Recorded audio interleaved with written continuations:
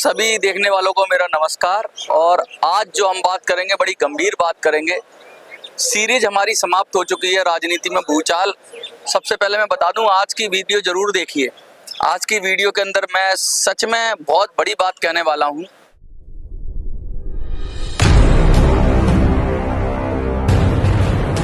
और आप उस अपनी जो बड़ी बात है उसके समर्थन में बहुत सारे फैक्ट देने वाला हूं।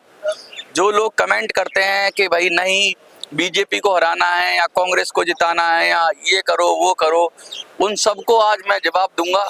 और क्यों हम नोटा पे दबाएं, इस बात की भी मैं विस्तार से चर्चा करूंगा। लेकिन उससे पहले आप लोग, अगर आप लोगों से बहुत सारी बातें करनी है तो वीडियो में बने रहिए। और बहुत सारे वीडियो बन रहे हैं, पहले मैं उनकी चर्चा करता हूँ। तो चलिए शुरू करते हैं। आप YouTube पे जाइए और सिर्फ EPS 95 लिखिए तो क्या क्या किस किस तरीके के वीडियो आते हैं पहले मैं बता दूं। पढ़ता जा रहा हूं, मैंने EPS 95 लिखा है तो एक भाई साहब ने बनाया EPS 95 मिनिमम पेंशन 7,500 रुपए पर बड़ी खुशखबरी, श्रम मंत्रालय की ताजा खबर। ये थंबनेल बना दिया। बड़ी खुशखबरी का मतलब यही समझोगे आप कि भैया कोई खबर आने वाली है। तो ये भाई साहब है, ये कौन सा चैनल है? ये गवर्नमेंट एम्प्लॉय वेलफेयर है, ठीक है। मैं चैनल ऐसे ही बहुत सारे चैनल हैं। एक और चैनल आ गया, ये टेक कैरियर। ये बना रहे हैं कि आप पेंशनरों ने दिया धरना, क्या अब बढ़ जाएगी EPS 95 की पेंशन। अब एक और भाई साहब हैं, इन्होंने लिख दिया मिल गई खुशखबरी, EPS 95 pension latest news. Marathi में प्रेस वार्ता, 12,500 रुपए की बढ़ोतरी पेंशन में, EPS 95 के पेंशनर में कर्मचारियों की हुई मौज। ये थंबनेल और टाइटल बना रहे हैं। ये क्या कर रहे हैं? ये हमारे आपके सबका नाम मिट्टी में डुबो रहे हैं, मिट्टी में मिला रहे हैं। सस्ती खबर देकर, उल्टी सीधी खबर देकर नेताओं को हीरो बनाने की कोशिश की जा रही है। लेकिन बहुत सारे ऐसे ही हैं। EPS के नेता दे दी सरकार को खुली चुनौती, ठीक है। और ये देखिए, देश भर के EPO ऑफिस में हड़कंप तो हमने दिल्ली में ही देख लिया क्या था। मैं दिल्ली की एक घटना बताता हूँ आपको कि किस तरह से प्रोटेस्ट होता है। प्रोटेस्ट भी आजकल मिला जुला होता है, प्रोटेस्ट में भी सच में रोष नहीं होता। बहुत समय पहले की बात है, दिल्ली में EPFO ऑफिस में प्रोटेस्ट हुआ तो हम तो मीडिया वाले, हमने कहा थोड़ा प्रोटेस्ट जोरदार करिए, थोड़ा सा शटर गिरा दीजिए, कुछ नहीं तो काले मार्कर से ही लिख दीजिए, अपना विरोध दर्ज कर दीजिए। तो एक नेता बोले नहीं, हमने अंदर बात कर रखी है। उन्होंने कहा चुपचाप करो और आगे बैठ जाओ, EPFO के आगे बैठ जाओ और फिर चुपचाप निकल जाओ। मतलब कि अधिकारियों को बताकर, कॉन्फिडेंस में लेकर, उनकी इजाजत लेकर अगर आप प्रोटेस्ट कर रहे हो। सब जगह ऐसा नहीं करते होंगे, लेकिन जो बड़ी लीडरशिप है वो तो ऐसा ही करती है, पहले सेटिंग कर लेती है EPFO ऑफिस से, फिर जाके आप सब लोगों की एनर्जी वेस्ट कराती है, आप लोगों की मेहनत वेस्ट कराती है।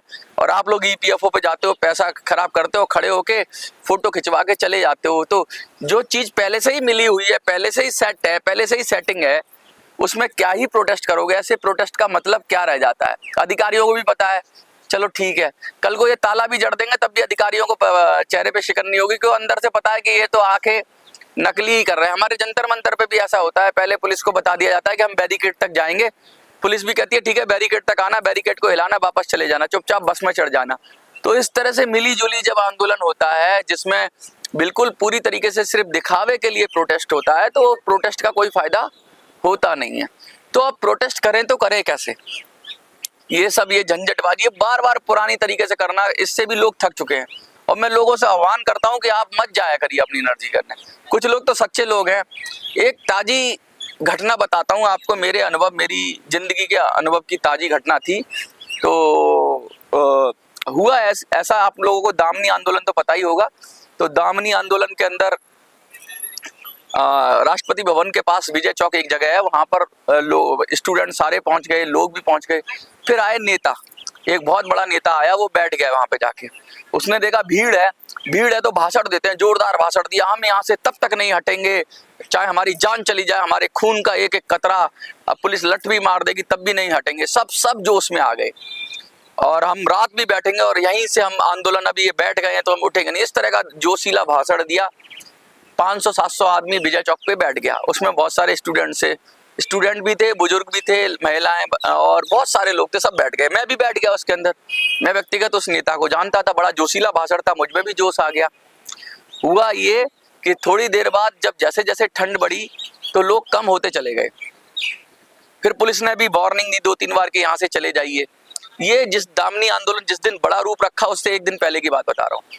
अब वहां पर जो कमजोर लोग थे वो धीरे धीरे कम होते चले गए, अपने उन्होंने विरोध दर्ज कराया, लेकिन अंत में वो 50 स्टूडेंट रह गए जिन्होंने जोशीला भाषण सुना था और वो वहां से टस से मस हिलने को तैयार नहीं।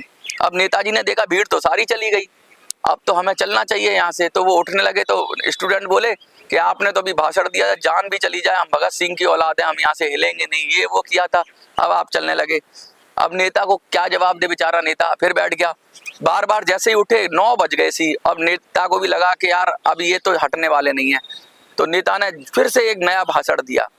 अब हम नई तारीख देते हैं, अब हम कल इंडिया गेट पर धरना प्रदर्शन करेंगे। हमने ये स्थगित नहीं किया है, हमने और शक्ति बढ़ानी है, हमें और शक्ति इकट्ठी करनी है, हम आगे फिर इस आंदोलन को आगे ले जाएंगे। और ऐसा करके उसने उसको क्लोज करके चल दिया। लड़के चिल्लाते रहे लेकिन वो चला गया। कहने का मतलब ये है कि वो जब तक भीड़ थी, जब तक दुकान चल रही थी, तब तक प्रदर्शन अनशन सब चल रहा था। जैसे ही दुकानदारी लोगों का क्रेडिबिलिटी खत्म हुई, दुकान बंद करी और काम खत्म। तो ये नेताओं का भी ऐसा है, जब तक आप लोग बेवकूफ बनते रहेंगे आंदोलन के नाम पे आप पैसा देते रहेंगे, तब तक ये आंदोलन की चिड़िया उड़ाते रहेंगे। वो तो आपने सुना ना बचपन में, चिड़िया उड़, मैना उड़, तोता उड़, कबूतर उड़, हाथी उड़। तो ये आंदोलन एक हाथी है, उड़ता नहीं है, इसका कोई रिजल्ट नहीं आता है। जो आंदोलन फिक्स होते हैं उनका कोई रिजल्ट नहीं आता है। जो आंदोलन ये सोच के किया जाता है कि सरकार को कोई नुकसान नहीं हो, सरकार अपना नाम बने, अपना संगठन बढ़ जाए, जिसका प्राइम उद्देश्य संगठन को बढ़ाना होता है, वो आंदोलन सफल नहीं होते हैं। तो मोटी बात मैं आपको ये सब इसलिए कह रहा हूँ कि मुझे भी ये अच्छा नहीं लग रहा है कि इस तरीके से लोगों की एनर्जी को वेस्ट किया जा रहा है। एनर्जी को कहीं ऐसी जगह लगाओ जिसका कुछ फल आए। अब बोया पेड़ बबूल का तो आम कहाँ से होए, और बबूल के पेड़ में आम की उम्मीद मत करो। अगर आप सच में आंदोलन करना चाहते हो तो आंदोलन की तरह से काम करो। ये जो एक तो ये यूट्यूबर्स ने दुखी कर रखा है, मेरी कम्युनिटी के लोग हैं, लेकिन मुझे गलत लगता है तो गलत मैं बोलता हूँ, आपको सही लगता होगा तो आप देखते हैं। लेकिन कमाल की बात यह है कि आप कितने आशावान हैं कि आप देखते हैं, लेकिन इनकी क्रेडिबिलिटी नहीं है। कुछ लोग पैसे भी मांग रहे हैं कि भाई लिख कर हमें दान करो। वो न्यूज भी फेक चला रहे हैं, और कहाँ से इतनी हिम्मत आ जाती है कि फेक न्यूज चलाने के बाद भी पैसे मांगने की हिम्मत आ जाती है। कुछ लोग दे भी देते होंगे, कुछ लोग वाहवाही भी लिखते हैं उनके लिए। चलिए, तो मुझे लगता है कि ये लोकतंत्र है। अगर लोगों को वैसा ही पसंद आ रहा है एंटरटेनमेंट के लिए, तो या देखिए मनोरंजन के लिए ऐसा ही पसंद आ रहा है, जवान भी लड़खड़ा रही है, तो कोई दिक्कत नहीं, ऐसा ही चलने देंगे। लेकिन हम आज दूसरी बात करेंगे, और दूसरी बात हम ये कहना चाहते हैं। देखिए, ये मोटी मोटी बात अब तक तो मैंने ये कहा कि भाई क्या हो रहा है, आंदोलन कैसे हो रहा है और क्या हो रहा है। अच्छा, अब हमें क्या करना चाहिए? हमें भी तो कुछ करना चाहिए। तो अब मैं दूसरे लोगों को जवाब देना चाहता हूँ जो कहते हैं बीजेपी को हराना हमारा लक्ष्य है। मैं उनको जवाब देना चाहता हूँ कि हमें कांग्रेस को जिताना हमारा लक्ष्य है। तो भैया, तुम तो पार्टी वाले हो, तुम्हारा लक्ष्य कांग्रेस को जिताना है। मैं आपसे पूछना चाहता हूँ, कांग्रेस को जिताना हमारा लक्ष्य है कि पेंशन पाना हमारा लक्ष्य है? वो बीजेपी दे, कांग्रेस दे, कोई भी दे। कुछ लोग तो इस तरह से बीजेपी से उनको एलर्जी है कि अगर बीजेपी पेंशन भी दे देगी तब भी वो खुश नहीं होंगे, वो कहेंगे कांग्रेस ही पेंशन दे। तो कुछ कांग्रेस ही है और कुछ बीजेपी वाले ऐसे हैं जो हर हाल में ये कहेंगे कि हमारी पेंशन भी ले लो, सब ले लो, हम देश के लिए कुर्बान भी हो जाएंगे, बीजेपी के लिए जान भी दे देंगे। ऐसे भी लोग हैं जो कमेंट करते हैं। तो भाई, ऐसे दोनों लोगों को मैं कहता हूं कि आप लोग कृपया करके, जो किसी के पार्टी के चमचे हों, कृपया करके मेरी वीडियो ना देखा करिए। और मेरी वीडियो से देख के होगा ही क्या, हम तो बड़े कमजोर लोग हैं, आप तो बड़ी बड़ी पार्टी के लोग हो, शक्तिशाली लोग हो, हिम्मत वाले लोग हो, मजबूत लोग हो, जीतने हारने वाले लोग हो, हम तो बड़े कमजोर लोग हैं। तो आपसे हाथ जोड़कर विनती है कि आप वीडियो ना देखें, क्योंकि मुझे ऐसा लगता है कि अगर मैं कुछ बोल दूंगा तो आपको फिर तकलीफ हो जाएगी, इसलिए मैं तकलीफ नहीं देना चाहता। बहुत सारे लोग सीनियर सिटीजन भी हैं, तो जो किसी पार्टी की विकृति से ग्रसित हैं, जिनको पेंशन का मुद्दा नहीं लगता, वो कृपया अपनी राय ना दें। और वो कहते हैं कि अपनी बोरिया बिस्तरा उठाएं और निकल रहे। कबीरा बहाना बोलिए जहाँ कुंजरौदी हाट, पकड़ो अपनी पोटली और ले जाओ अपनी बाट। तो मैं वहाँ बोलना ही नहीं चाहता जहाँ पे ऐसे लोगों की, ऐसे भक्तों की, ऐसे चमचों की फौज हो। मैं तो अपने चैनल पे बोलता हूँ, आपके लिए हजारों चैनल है, आपके फेवर में बीजेपी की बात करने वाले, कांग्रेस की बात करने वाले हजारों चैनल हैं। आप कृपया करके उन चैनलों पे जाइए, वो सुनिए, और मेरे चैनल पे मेरी हाथ जोड़कर विनती है कि आप ना आए, क्योंकि आपको एक तो आपके मतलब की बात नहीं मिलेगी, दूसरा मैं बदलने वाला नहीं हूँ। आप कमेंट में कुछ भी कर दोगे, लिख दोगे, मैं बदलने वाला नहीं हूँ। मैंने जो तय किया है वही मैं उसी बात पे अडिग रहूंगा। अब बता रहा हूँ मैं आपको, क्या कांग्रेस को जिताने से पेंशन मिल जाएगी? राहुल गांधी मंच पे खड़े होकर कह दें कि हाँ कांग्रेस को जिता दो, हम पेंशन दे देंगे, और लिखित में दे दें, गारंटी दे दें। तो मोदी की गारंटी तो चली गई, मोदी ने तो गारंटी दी और वोट ले लिया। वो बंद कमरे में दी भी या नहीं दी, इन्होंने मीटिंग करके नेताओं ने बोल दिया कि मोदी जी ने बोला है कि तुम्हारा काम करूंगा, वित्त मंत्री ने बोला है तुम्हारा काम करूंगा। इनकी बात का कोई भरोसा नहीं नेताओं की। वो सार्वजनिक रूप से अगर गारंटी दे देते, मोदी ने भी मुझे नहीं लगता सार्वजनिक रूप से ये कहीं बोला है कि हम पेंशनर का काम करेंगे। सूत्रों से खबर आती है या नेताओं के मुंह से खबर आती है, कभी भी बड़े बड़े मंत्रियों के मुंह से खबर नहीं आती। तो इन खबरों का कोई भरोसा नहीं है, क्योंकि इन नेताओं की कोई क्रेडिबिलिटी नहीं है। ये सब फेक नेता हैं, अपनी नेतागिरी चमका रहे हैं, अपना संगठन बना रहे हैं, और उस संगठन के जरिए ताकत इकट्ठी कर रहे हैं, नाम इकट्ठा कर रहे हैं, और मसीहा बनने की कोशिश कर रहे हैं। तो मोटी बात यह है कि हम बीजेपी को जिताएंगे तो पेंशन नहीं मिलेगी, हम कांग्रेस को जिताएंगे तो पेंशन नहीं मिलेगी, हम किसी और पार्टी को भी जिताएंगे तो पेंशन नहीं मिलेगी, क्योंकि ये पेंशन के लिए, मुद्दे के लिए गंभीर है ही नहीं। और इनको लगता ही क्या है कि ये लोग कौन है, ये लोग तो धर्म जाति में बटे हुए हैं, ये उसी आधार पे वोट देंगे, पेंशन के आधार पर वोट नहीं करेंगे। हमें आंदोलन से भी पेंशन नहीं मिलेगी। मैंने बता दिया साफ साफ कि ये आंदोलन सारे फिक्स होते हैं। ईपीएफओ को पहले ही पता होता है कि 1 घंटे रहेंगे, 2 घंटे रहेंगे प्रोटेस्टर, और उसके बाद शांति से चले जाएंगे। इसलिए वो भी कहते हैं कर लो, ये रस्म अदायगी भर है, और रस्म अदायगी कर रहे हैं, आंदोलन की रस्म अदायगी। इससे कोई फायदा नहीं होने वाला। लगातार आप 10 साल से मूर्ख बनते रहे, बेवकूफ़ बनते रहे, और आप लगातार बनते रहना चाहते हैं तो बनते रहिए, मुझे कोई आपत्ति नहीं है। मैंने अंदर से देखा है, मैं तो अंदर रहा हूँ, तो मुझे पता है कि इस कैसे आंदोलन कैसे प्लान किए जाते हैं। एक बार तो ऐसा हुआ, मैं आपको एक अनुभव बताता हूँ कि भाई लोगों ने कहा बुजुर्ग हैं आप बैठ जाइए, तो पुलिस वालों ने कहा कि भैया आप इज्जत से बैठ जाइए, प्यार से बैठ जाइए, हम आप बुजुर्गों से कुछ नहीं कह सकते। पुलिस वालों में, आर्मी वालों में बुजुर्गों के लिए इतनी इज्जत थी। तो बड़ी मान मनोबल के बाद ये मनाया गया पुलिस को कि थोड़ा सा तो हमें खींचिए जिससे हमारा वीडियो बन जाए। तो थोड़ी खींचतान होगी, कुछ होगा।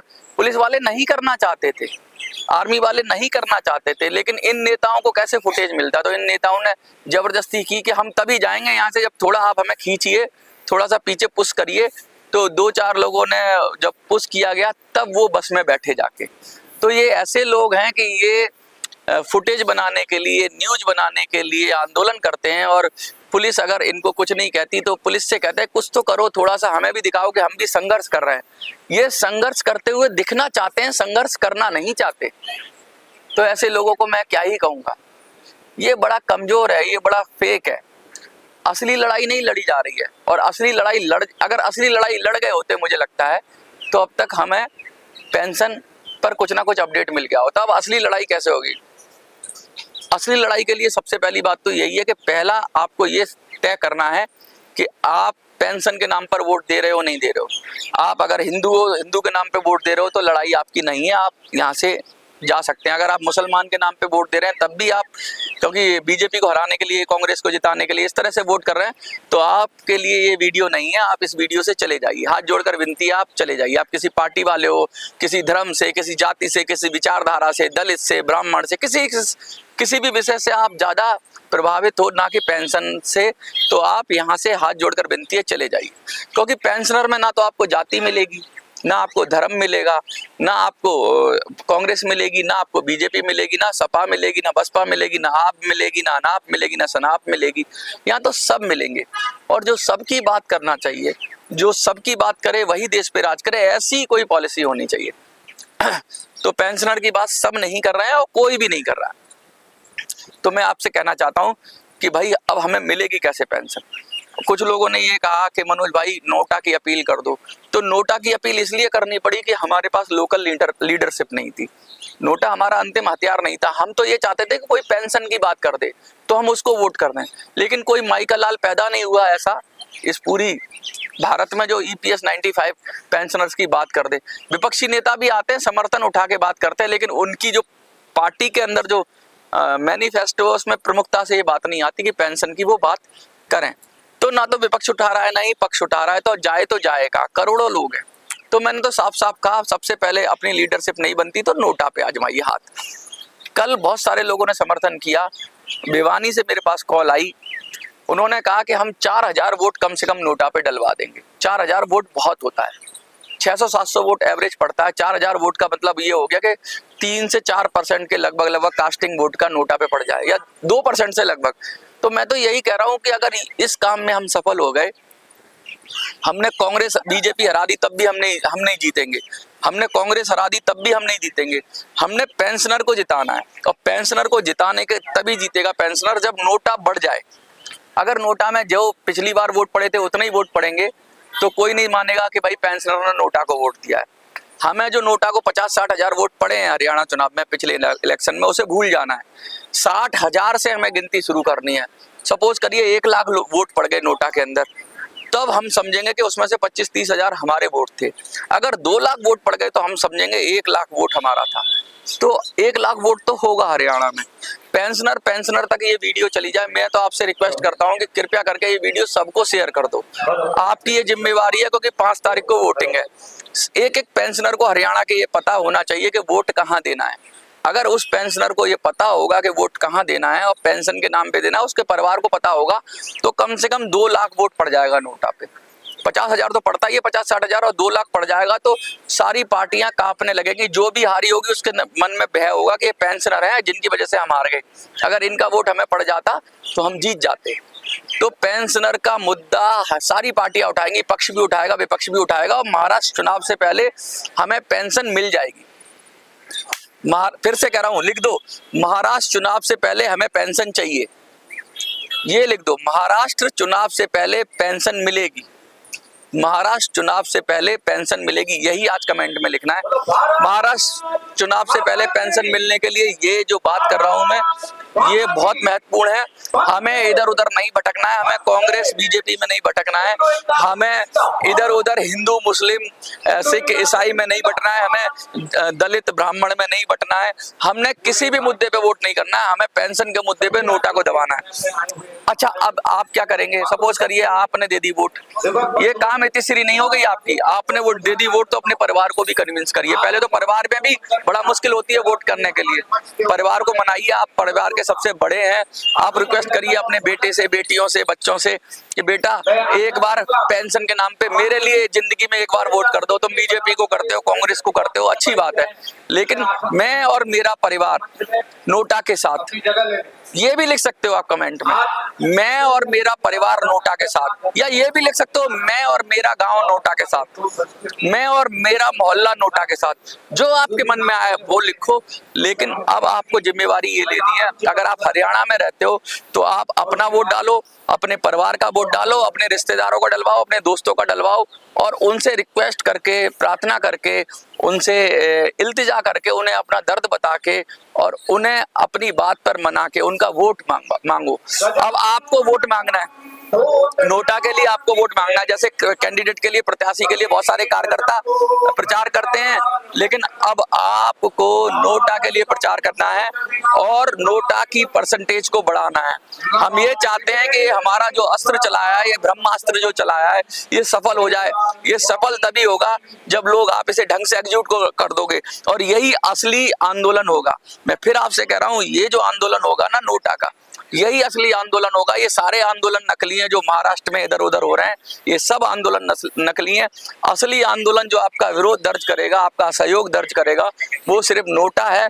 और अगर ये आपका आंदोलन सफल हो गया, नोटा में इतने वोट मिल गए कि नोटा ने सारी पार्टियों की जड़ों को हिला दिया, हरियाणा में ऐसा हो गया, तो मैं आपको कहता हूं महाराष्ट्र चुनाव से पहले हमें पेंशन पर खबर मिल जाएगी। फिर ये झूठी खबरें, यूट्यूबर वाली खबरें हमें चलाने की जरूरत नहीं होगी, हमें खबर मिल जाएगी। मैं आपसे विनती करता हूं, मैं आपसे इल्तिजा करता हूं कि नोटा को जिताना है, नोटा को जिताना है और पेंशनर को नाम पर वोट करना है। और नोटा के अंदर इतना वोट पड़ जाए, इतना वोट पड़ जाए, इतना वोट पड़ जाए, मैं तो कहता हूँ 5% 10% नोटा को दे दो कि ये पूरे देश में खबर बने कि हरियाणा ने अपना असहयोग दिखाया है। और ये कब होगा? अगर 1 लाख पेंशनर हैं हरियाणा के अंदर, तो 1 लाख, एक आदमी, हमारे को किसी पॉलिटिशियन ने कहा था, एक आदमी 100 वोट अगर अपनी पे आ जाए तो 100 वोट दिलवा सकता है। आप ऐसे समझिए कि आप खुद चुनाव लड़ रहे हैं नोटा के लिए। आप घर घर जाइए, बताइए। और पूरे देश के लोग जो कि महाराष्ट्र में है, उत्तर प्रदेश में, वो क्या करेंगे? वो अपने हरियाणा में किसी भी लिंक को ये वीडियो भेजिए या उनको बताइए कि भैया एक बार नोटा पे वोट कर दो। अगर आपने नोटा पे वोट कर दिया तो आप पूरे देश के 1 करोड़ लोगों को उनको हक और अधिकार दिला पाओगे और 7 करोड़ लोगों का हक और अधिकार की रक्षा कर पाओगे। क्योंकि कहीं ना कहीं तो वो भी कंट्रीब्यूट कर रहे हैं पेंशन फंड में। मैं उन जो भी सब लोग पेंशन फंड में कंट्रीब्यूट कर रहे हैं, मैं उन सबसे भी अपील करूंगा, एक बार प्लीज, एक बार नोटा को, बटन को दबा दो। और हरियाणा में अगर नोटा जिता दिया आपने, नोटा जिताने का मतलब 2% क्रॉस करा दिया, ये उसका एग्जाम है नोटा का कि 2% के को आपको क्रॉस कराना, यानी 1.5 लाख वोट की मैं लगभग उम्मीद कर रहा हूँ कि हरियाणा में 1.5 लाख वोट, ज्यादा उम्मीद नहीं कर रहा मैं। अगर सारे पेंशनर आप हो तो 1.5 लाख वोट भी अगर आपने दे दिया तो 1.5 लाख का आंदोलन, सरकार हिल जाएगी। यहाँ पे 2000 4000 5000 लोग आते तो सरकार हिल जाती है। अगर 1.5 लाख लोगों ने अपना मत दे दिया एक राज्य में से, तो सरकार को समझ में आ जाएगा कि 1.5 लाख एक राज्य में है तो पूरे देश में कितने होंगे। और ये लोग पेंशन के नाम पर वोट कर सकते हैं, ये बहुत बड़ी बात है। मैं आपसे बार बार अनुरोध करता हूँ, मैं आपसे बार बार इल्तिजा करता हूँ, मैं आपसे विनती करता हूँ, झूठी खबरों में ना आए, इन फेक न्यूज में ना आए, इन फेक लीडरशिप में ना आए, इन फेक आंदोलन में ना आए। सब जाकर हरियाणा के लोग नोटा दबाएं और दबाएं, नोटा दबाएं, दबाएं और पेंशनर को जितवाएं। जय हिंद, जय भारत।